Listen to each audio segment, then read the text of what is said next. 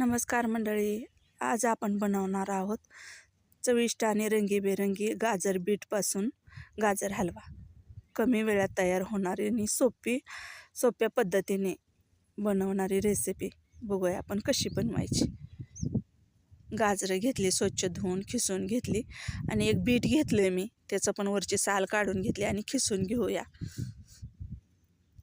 दोन्हीही खिसून घ्यायचं. आता आपण तव्यात गरम करायला टाकूया.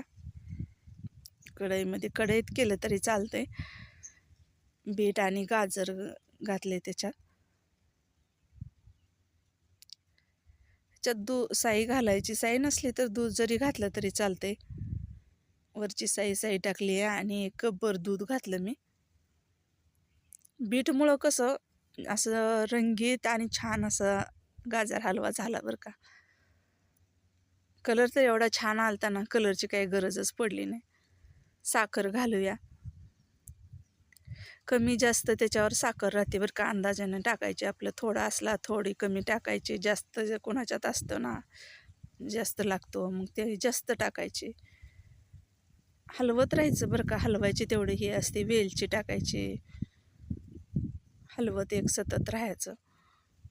ड्रायफ्रूट टाकूया, बदाम, काजू, बेदाणे आणि आणखीन थोडे वेळ हलवूया.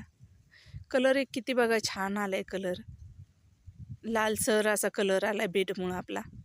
आणि बीट पण आपल्या शरीराला असतेच की चांगलं, आहे की नाही. आता गाजराचं सीजन आहे म्हणलं गाजर हलवा बनवावा सगळ्यांसाठी.